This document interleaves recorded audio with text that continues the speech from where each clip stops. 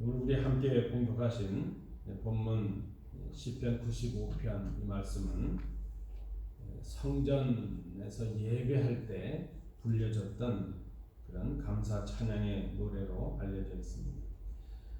1절에서 시편 기자는 예배자들을 초대하는 말씀을 줍니다.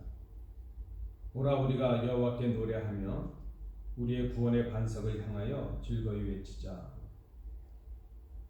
예배로의 초청을 받고 하나님께 예배하러 나오는 그런 사람들의 자세가 어때야 할까? 하나님께 예배하러 나오는 사람들의 첫 자세는 감사와 찬양이라 하는 것입니다. 2절 말씀에 보시면 우리가 감사함으로 그 앞에 나아가며 시를 지어 즐거이 그를 노래하자 이렇게 말씀합니다. 감사함으로 나아간다 하는 이 말은 감사의 찬송을 가지고 또 감사의 예물을 가지고 감사의 마음을 가지고 하나님께 나아가는 것을 말합니다. 시를 지어서 즐거이 노래한다 하는 이 말은 큰 소리로 노래한다 혹은 악기로 노래한다. 우리가 할 수 있는 모든 것을 다해서 하나님을 찬양하는 것을 말합니다. 하나님은 우리의 구원의 반석이 되십니다. 우리가 예배하는 그 하나님은 마치 든든한 바위처럼 그 누구도 흔들 수 없는 우리의 구원을 이루어 가십니다. 그 하나님은 찬양 받으시기에 합당하시고 예배 받으시기에 합당하신 분이십니다. 그러므로 우리가 감사와 찬양으로 하나님께 예배하는 것, 이것은 마땅한 일이라 하는 것입니다. 오늘 우리도 이 초청을 받고 응답함으로 하나님께 나와 예배하고 있습니다. 오늘 하나님께 나와서 예배하는 우리의 마음과 우리의 자세가 어떠한가? 오늘 우리는 하나님을 향한 무한한 감사와 또 찬양을 가지고 하나님께 예배하고 있는가? 혹 우리 가운데 지금 예배하는 우리 가운데 감사와 기쁨이 넘치지 아니하고 마음에 찬송이 없다면 그 이유가 무엇일까? 여러분, 우리가 처해 있는 우리의 삶의 조건과 상황들이 우리의 기쁨과 우리의 감사를 빼앗아 가기 때문입니다. 우리 각 가정들을 돌아보면 문제 없는 가정들이 없습니다. 그저 특별히 요즘 한국에 계신 우리 가족들, 특별히 연로하신 부모님들 때문에 걱정이 많은 성도들이 계십니다. 아직 갈 바를 잘 정하지 못한 우리 연약한 자녀들은 우리의 걱정거리입니다. 경제적인 어려움들이 우리의 감사와 우리의 기쁨을 빼앗아 갈 때가 얼마나 많은지 모릅니다. 우리 이웃들과 또 성도들과 풀리지 않는 관계로 인해서 우리가 깊이 고민할 때가 있습니다. 우리가 다른 사람을 탓하기도 하고 또 다른 이유들을 탓하기도 하지만 사실 감사와 기쁨을 잃어버린, 빼앗겨버린 우리의 마음이 문제라 하는 것을 생각합니다. 더구나 여러분 우리가 지금 경험하는 대로 최근에 이 신종 바이러스 코로나19 이 바이러스로 인해서 많은 분들이 그런 새로운 두려움과 공포를 느끼는 것이 사실입니다. 오늘 우리의 상황이 그렇습니다. 그저 감사할 수 없고 기뻐할 수 없는 그런 상황 속에 있는 우리에게, 그러나 하나님은 오늘 우리를 초청하셔서 하나님께 나와서 감사와 찬양으로 예배하라 이렇게 말씀을 하십니다. 우리의 삶의 조건과 상황들 그리고 하나님의 초청의 말씀 그 사이에서 우리는 부담을 갖게 되고 또 갈등을 갖게 되고 생각이 깊어지는 것이 사실이라 하는 것입니다. 우리가 감사하지 못하는 이유가 무엇일까? 그저 성경을 통해서 우리가 생각을 정리해 본다면 감사를 잃어버린 그 가장 큰 은혜, 그 이유는 우리를 향하신 하나님의 은혜를 잊었기 때문이라 하는 것입니다. 특별히 오늘 읽으신 이 시편 95편은 출애굽기 17장을 배경으로 하고 있습니다.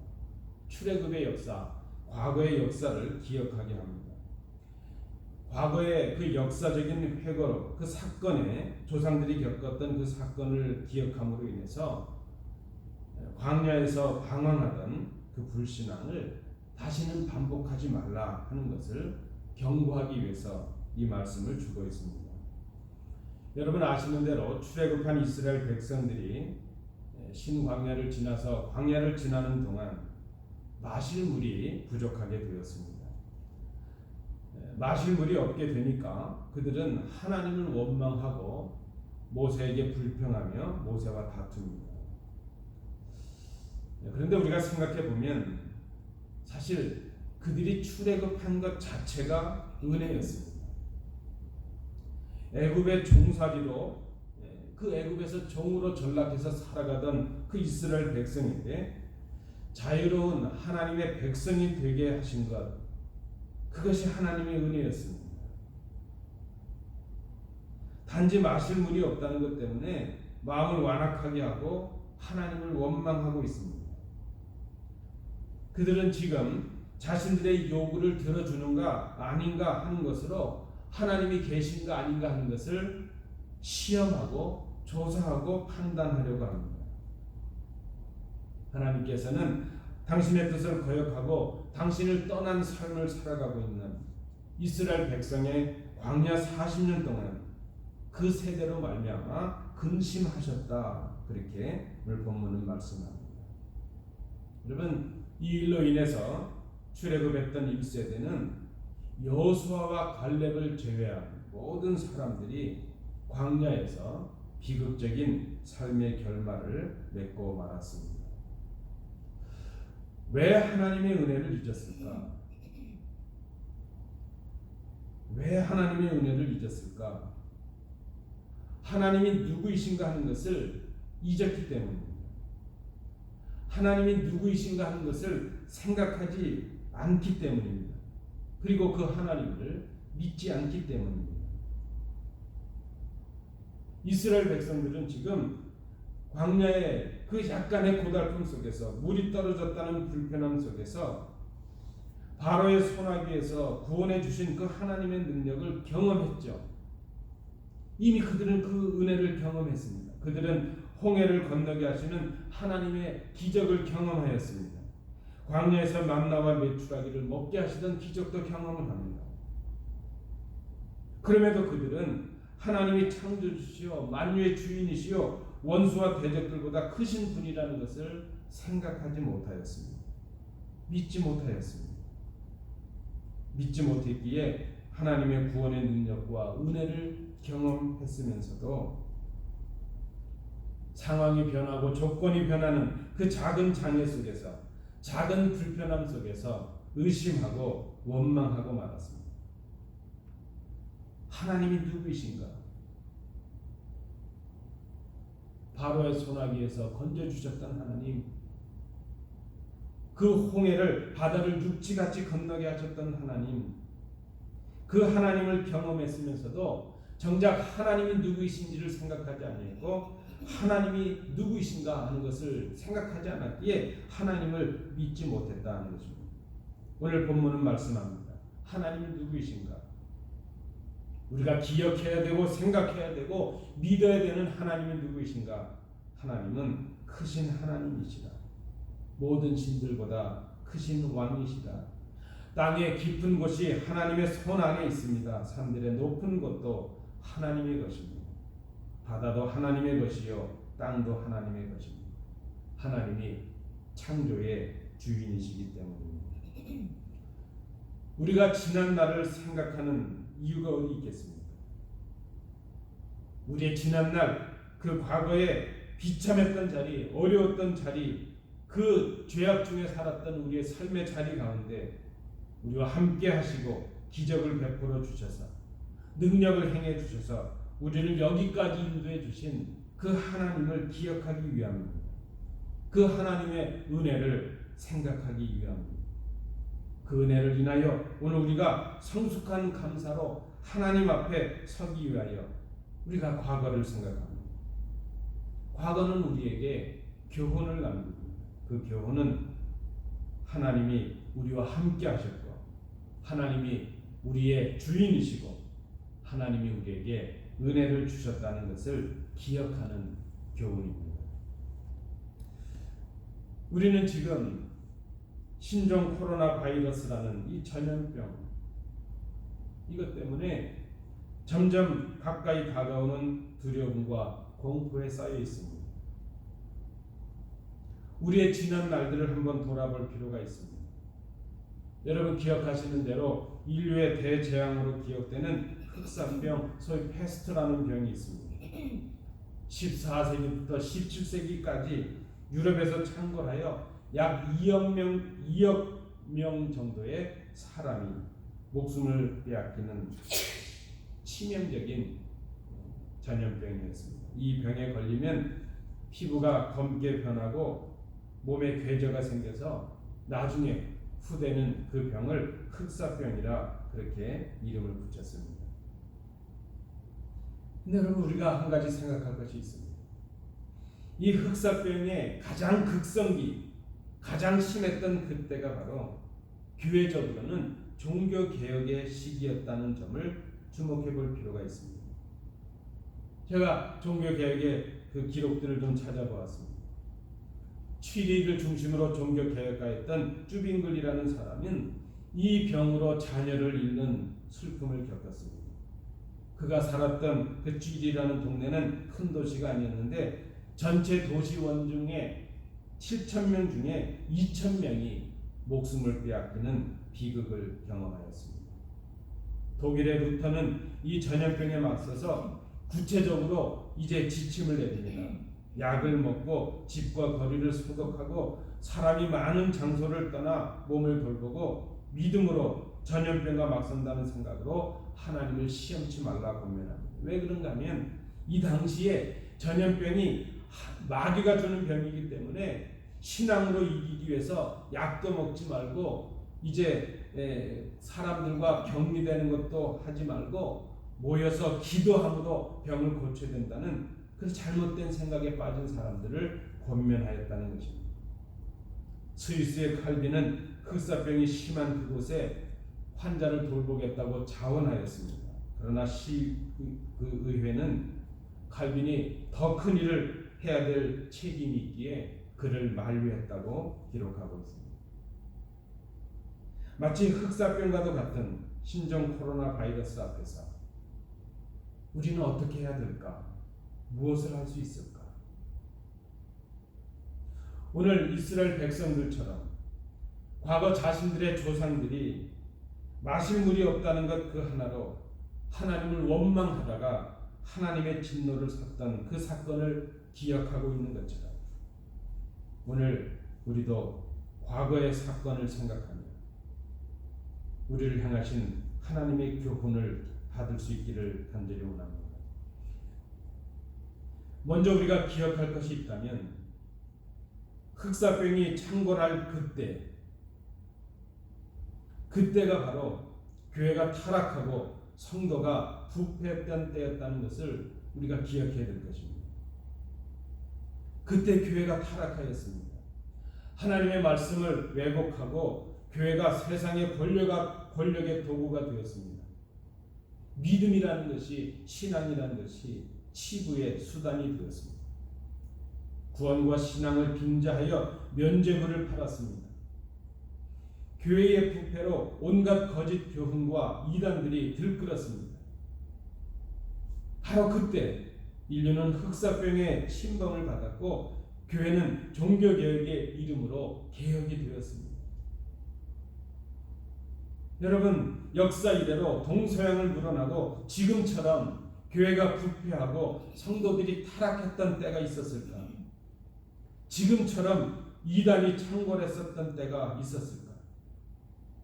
이단의 극성은 기존 교회의 부패에서 비롯되는 것을 우리가 정직하게 인정해야 될 것입니다.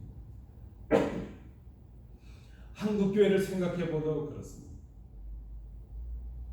그저 우리가 짧게 본다면 6.25 동란이 일어날 때 그때 교회는 교권의 싸움으로 교단이 분열되는 혼란을 겪었습니다.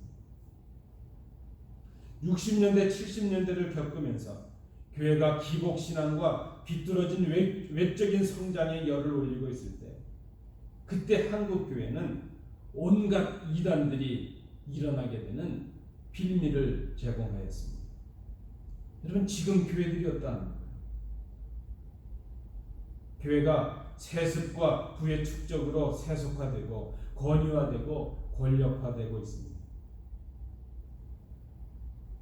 성도들이 삶 속에서 주의 말씀을 순종하는 주님의 제자라기보다는 종교적인 귀족들로 변해가고 있습니다. 예수님 당시에 바리새파 사람들처럼 외식하는 종교인들이 되고 말았습니다. 하나님의 이름으로 세워진 교회가 하나님 없는 집단이 되어갑니다. 최근에 한국의 모습을 보면 그렇습니다.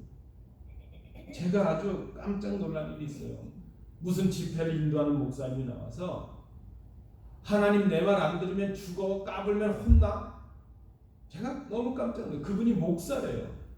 뭐 교단을 대표하는 그런 대표장이라는.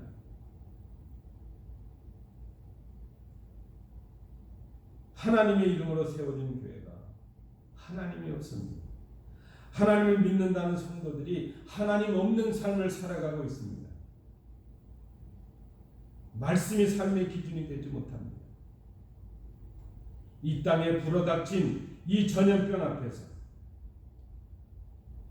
이단의 도전들 앞에서 우리는 물이 없다고 불평하던 이스라엘 백성들을 떠올립니다. 그 많은 하나님의 구원의 역사와 은혜를 경험했으면서도 우리가 원하는 작은 것이 없다는 이유로 하나님의 존재를 시험하고 하나님의 능력을 시험하고 하나님을 원망합니다. 정작 하나님을 떠난 삶을 살고 있는 자신들을 돌이키지는 않고 있습니다. 출애굽한 이스라엘 1세대는 가나안 땅에 들어가지 못하는 하나님의 심판과 하나님의 진노를 받고 말았습니다. 여러분 오늘 우리는 그저 밀려오는 바닷물처럼 넘칠대는 그 바닷물처럼 이제 큰 문제 앞에서 우리가 해결할 수 없는 장애와 벽에 부딪혀 있습니다. 믿는 사람들로서 우리가 해야 될 일이 무엇일까? 첫 번째, 우리가 하나님을 떠난 백성들이 되었음을 회개해야 할 것입니다.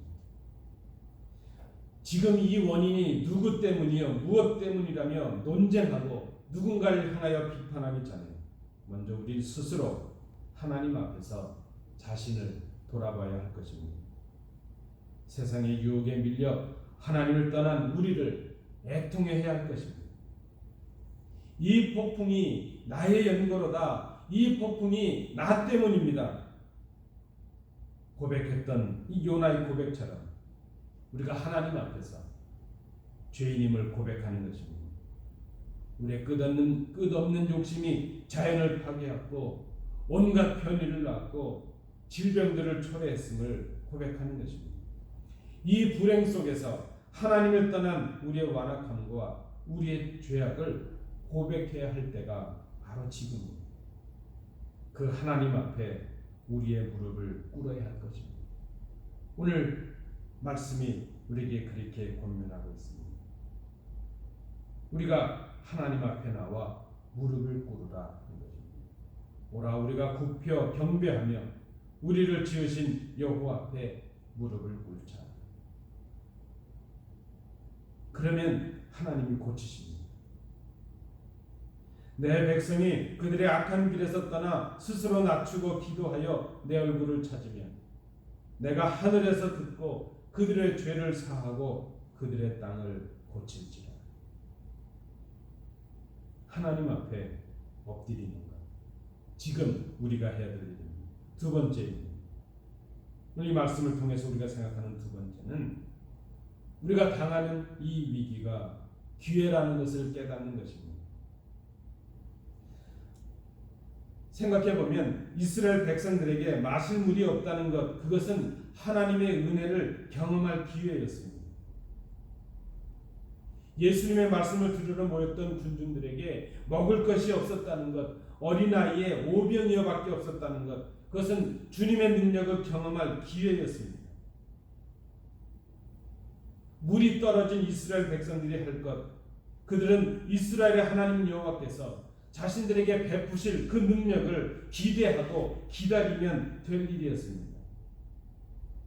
바로의 소나기에서 건져주신 그 하나님, 홍해를 이미 육지같이 건너게 하셨던 그 하나님께서 자신들을 인도하시고 보호하실 것이라는 것을 기대하고 기다리면 될 일이었습니다. 오늘 우리에게 마실 물이 없습니다. 삶이 곤고하고 고통스럽습니다. 이단이 창궐하고 교회가 연약해집니다. 감당할 수 없는 신종 코로나 바이러스의 두려움이 우리에게 다가옵니다. 그런데 여러분 기억하십시오. 기회입니다. 기회입니다. 이 모든 것을 계기로 교회를 흔드는 큰 이단의 정체를 하나님께서 드러나게 하십니다. 이것을 기회로 교회가 교회다운 모습으로 회복되게 하실 것입니다. 우리가 할 일이 있다면 우리의 그 능력의 하나님, 우리가 가진 문제보다 크신 하나님, 그 하나님께 나아가서 엎드리는 것입니다. 그 하나님을 의지하고 하나님의 인도하심을 기다리는 것입니다. 우리에게 주신 이 위기가 하나님 앞에 엎드리는 우리에게 기회가 된다는 것을 깨닫는 것입니다. 하나님께 붙잡혀지면 위기가 기회가 되는 것을 깨닫는 것입니다. 마지막 세 번째입니다. 우리가 해야 될 일이 무엇일까? 오늘 본문을 통해서 볼 때에 일상의 감사와 찬양을 회복하는 것입니다. 우리의 삶의 일상 속에서 우리가 감사와 찬양을 회복하는 것은 우리의 일상을 하나님 앞에서 살아가는 성숙한 신앙인의 모습인 것을 우리가 깨달을 수 있습니다. 우리는 보이지 않는 하나님을 믿습니다. 그러나 하나님은 우리를 보고 계십니다. 우리가 살아가는 이 모든 생이 하나님 앞에서 이루어지고 있습니다. 우리의 일상 속에서 감사와 찬양을 회복하라. 여러분 지금 한국과 미국을 비롯한 세계 여러 곳들이 이 바이러스로 인해서 차단이 되고 격리가 되고 있습니다. 아마 어제 뉴스를 보니까 이 미국에서도 국내 여행도 이제 제한을 하게 할 것이다 이렇게 말합니다. 미국의 50개 중에 한 곳을 제외하고 모두 다 확진자가 나왔다고 합니다. 어떤 지역에서는 교회들도 폐쇄가 되어서 이제 모여서 예배하는 것이 금지되고 있습니다. 이런 한계를 당하고 제재를 당하고 보니까 우리가 지난날 누리던 일상이 얼마나 감사의 조건이었는가 하는 것을 깨닫습니다. 여기 인근의 그 큰 마트에, 대형 마트에 물을 사려고 갔는데 물을 사지 못했던 경험이 있습니다. 물을 사기 위해서 3번이나 갔던 적이 있습니다. 요즘은 보니까 1인당 2박스 정도씩만 물을 준다고 합니다. 여러분, 우리가 아무 생각 없이 누리던 그 일상이 얼마나 감사의 조건이었는가 하는 것을 깨닫습니다. 만나서 서로 악수하고 서로 껴안고 얼굴을 맞대고 함께 대화하고 함께 음식을 나누던 것, 평범한 일상이었지만 감사할 일이었습니다. 이제 그런 일들을 쉽게 하지 못하게 될 것입니다. 지금 우리가 누리고 있는 것들이 감사의 조건이라는 것을 깨닫습니다. 말씀드린 대로 어쩌면 우리도 이제 여느 지역처럼 그런 상황에 빠질 수도 있습니다. 그나마 지금 누리는 것들도 누리지 못하게 될 상황에 처할 수도 있습니다. 이미 많은 학교들은 온라인 수업으로 바꿨습니다. 아마 이제 대학들이 학생들이 출석해서 공부하지 않냐고 이번 학기는 어쩌면 끝까지 학기 말까지 온라인으로 수업을 하게 될지도 모르겠습니다. 여러분, 그럴지라도 우리가 그런 자리에서 모든 것이 제약되는 그런 지경에 간다 할지라도, 지금보다 더 열악한 조건과 환경에 들어간다 할지라도, 그럴지라도 우리가 그 자리에서라도 누릴 수 있는 것들에 대한 감사를 잊지 말자 하는 것입니다. 그 감사와 찬양이 바로 우리가 하나님께 나아갈 수 있는 모습이요, 하나님께 나아갈 수 있는 자세이기 때문입니다. 우리가 어떤 조건과 어떤 상황 속에 있든지 감사와 찬양으로 하나님께 나아가는 성숙한 성도들이 되기를 간절히 원합니다. 그것은 지금까지 우리를 인도하신 하나님의 은혜를 기억하는 것이 될 것입니다. 그것이 창조주시요 전능자시요 만유의 주인이신 하나님을 믿는 것이 되기 때문입니다. 그분이 우리의 하나님이시요 우리는 그의 백성이며 그의 손이 돌보시는 양이라는 것을 인정하는 것이 될 것입니다. 하나님께 우리의 삶의 조건을 떠나서 어떤 삶의 형편 속에 있을지라도 감사와 찬양으로 하나님께 나아가는 것, 그것이 바로 우리가 할 일이요, 하나님의 백성의 일이요, 하나님의 능력을 힘입는 길이요, 하나님의 음성 앞에 순종하는 일이 되기 때문입니다. 사랑하는 성도 여러분, 다가오는 두려움과 우리의 삶의 변화 앞에서 우리가 겪을 수도 있는 그 불편함과 장애 속에서도, 물이 떨어지는 고통 속에서도, 마실 물이 없는 그 고난 속에서도 두려워하지 말아야 할 것입니다. 하나님을 의지하고 감사와 찬양으로 하나님 앞에 무릎을 꿇으십시오. 우리의 죄를 고백하십시오. 하나님을 떠난 자신들을 고백하십시오. 하나님의 은혜를 잊어버리고 살아가고 있는 우리를 고백하십시오. 하나님을 전적으로 믿지 못한 우리 자신을 고백하십시오. 그러면 하나님이 고치십니다.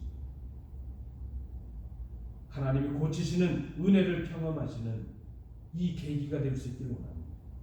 오늘 이 말씀을 의지하여 감사함으로 찬송함으로 하나님 앞에 나아가는 복된 성도들 되시기 바랍니다.